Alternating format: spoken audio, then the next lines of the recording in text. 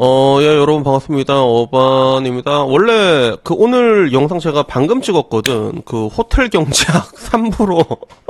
갑자기 경제 얘기가 갑자기 재밌어가지고 그걸로 마무리하려고 했는데, 근데 손흥민 사건의 진실을 제가 기사를 또 보게 됐습니다. 디스패치에서 올라왔거든. 그래서 이 사건은 그 누구도 예상치 못한 결과였고, 야, 나 영상 쫄삭 튀하기를 진짜 잘했다, 진짜.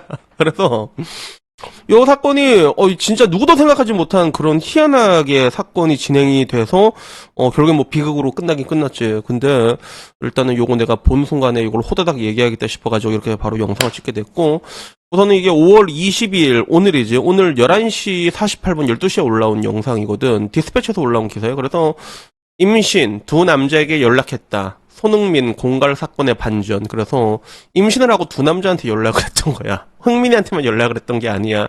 그래서 전에 기사 본 사람은 임신 자체가 사실이란 건 알았잖아. 다만 그 아이가 손흥민의 자식인지는 알 수 없다. 나는 거기에 대해서 아닐 확률이 높다라고 얘기를 했는데, 근데 이 여자도 누구 앤지 몰랐어.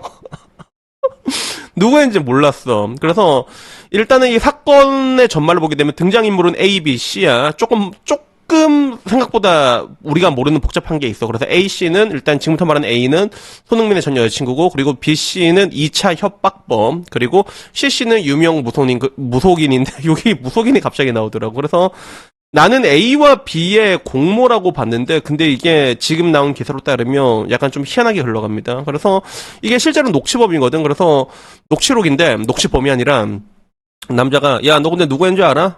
누구인지 알아? 그러니까, 누구인지 내가 어떻게 알아요?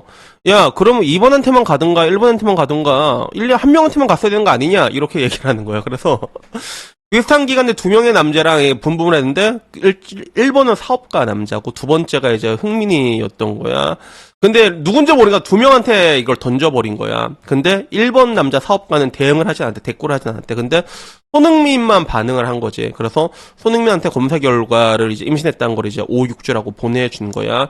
뭐 이제 A씨 역시 여자도 누구 아이인지 알 수는 없지만 본인은 손흥민이랑 확률이 높다고 주장을 했어. 그래서 이에 B씨는 2차 협박을 망설였다는 거야. 두 번째 협박을 했던 사람. 그래서 그 다음에 대화를 보게 되면 야, 근데 네가 네 입으로 그랬잖아. 양쪽에다 연락했다며. 그러니까 양쪽에다 얘기했죠. 야, 누구인지 정확하게 모르면서 너 그게 혼인빙자 사기라고 해, 이 까시나야. 뭐 이렇게 쌍도 남자인지는 모르겠는데, 그래서 양쪽 남자한테 똑같은 말 했다는 것 자체가 혼인빙자 사기 아이가. 야, 이게 내보고 뭐 어떻게 봐줘야 되는데. 약간 이런 반응이었어. 근데 여기서 나중에 또 약간 반전이 일어나게 되거든. 그래서 일단은 인물관계도로 보게 됐을 때 A씨 여자, B씨 40대 남자, C씨 무당, 그리고 손흥민과 매니저가 있는데, 일단 여기서 말하는 A씨는 29살의 여성이고 프리랜서로 모델 일을 하고 있고, 손흥민과는 지인의 소개로 처음 만났다 하더라고. 야, 이거 진짜 손흥민한테 소개시켜준 지인 엿됐다, 그치? 지인 어떡하냐. 그리고 B씨는 협박범이고 41살의 남성의 공갈미소 전과가 이미 있고 상반신에 일해지미가 있어. 그래서 2024년 연말에 만났고 2차 협박을 주도했고, C는 유명 무속인인데 이 사람이 A씨의 6월 임신을 예언을 했대. 그래서 그게 딱 맞아떨어지니까 신뢰가 깊어졌고, 약간 미니지랑 좀 비슷한 부분이 보이지. 그리고 CC는 이게 태낙 수술을 할 때도 옆에 있었다고 하더라고. 그래서 이 A 모델 여자는 CC에게 또 8천만 원을 입금을 했대. 그래서 오씨, 약간 후하게 줬다. 3억 줘서 8천 주는 거면 많이 줬다, 그치? 그래서 일단은 여기서 이제 결국에는 이제 3억 원을 이 관계에서 이렇게 일단 깔리는 상황에서 3억을 요구했고, 손흥민은 그걸 받아들였고, 그지? 그래서 일단은 수술을 받고 여기서 끝난 줄 알았는데, 근데 여기서 이제 2차 협박법 B씨가 등장을 하는 거야.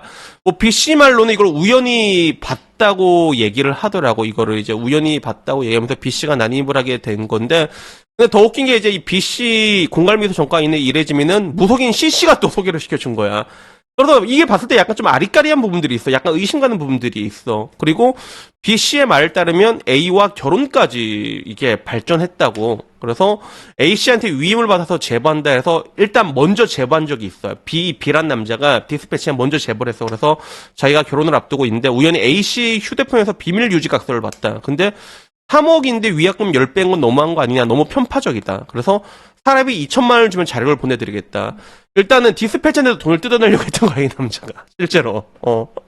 그래서 이렇게 디스패치 한번 하고 똑같은 방식으로 손흥민 측에도 야, 네가 내 여자를 과거에 임신시키지 않았냐? 위약불 조항이 너무 과한 거 아니냐? 내가 이래서 A씨와 결혼할 수 없다. 그래서 똑같이 이제 이 디스패치한테 했던 방식 그대로 그 손흥민한테 돈을 추가로 뜯어내려고 했던 거지. 근데 여기서 좀 이렇게 좀 특이했던 게 뭐냐면 나는 여기서 C가 개입이 있을까 없을까라고 생각을 했거든. C가 개입이 있을까 없을까라고 했을 때 근데 일단은 C는 그런 적이 없다고 얘기를 해.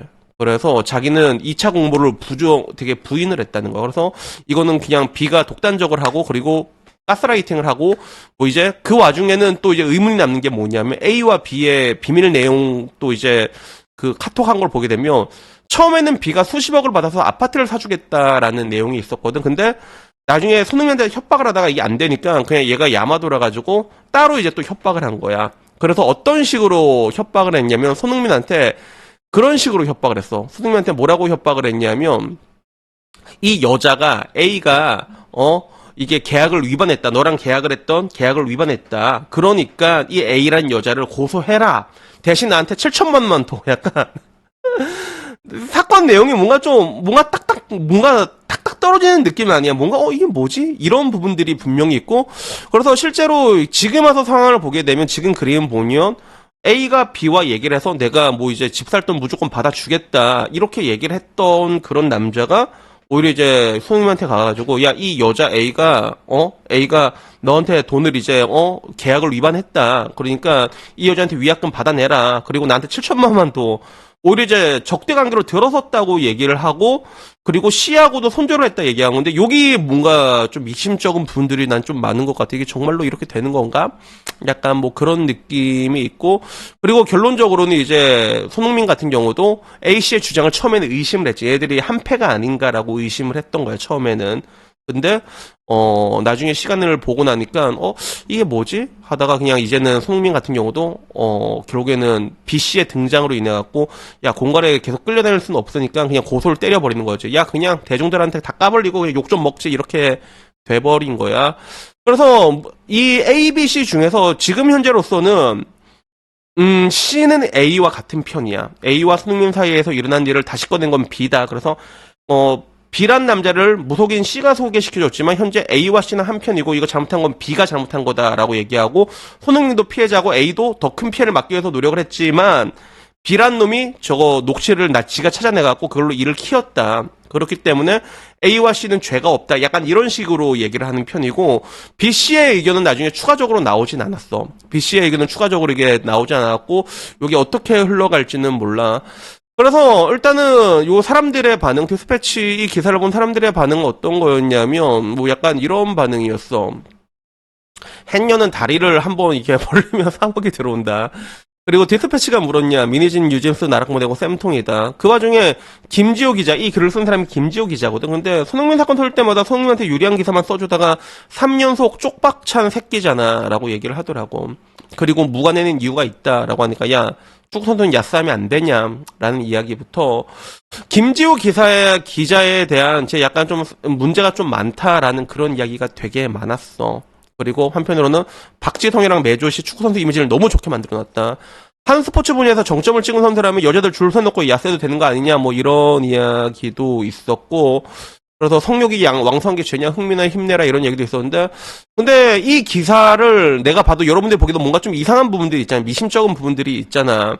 근데 해외 축구 갤러리에서는 이 김지호 기자가 과거부터 손흥민에 대해서는 좀 굉장히 우호적으로 기사를 써주기로 유명을 해가지고 약간 비판적인 반응이 되게 많아. 디스패치 김지호 기자는 이렇게 생겼다. 실제로 남자가 아니라 여자야. 김지호 기자는 얼굴도 다 올라와 있고 김지호 자여였네. 그리고 디스패치 김지호를 구속해야 된다.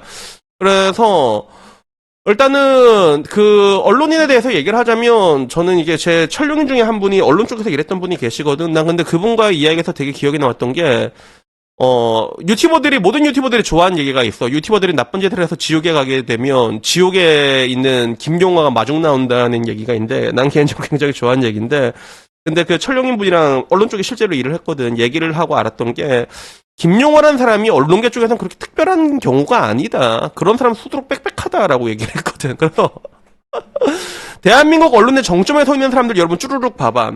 그 사람들 하나하나 따를 때 굉장히 문제가 많은 사람들이거든. 실제로 멀쩡한 사람들 거의 없다 보시면 됩니다. 언론계 쪽에.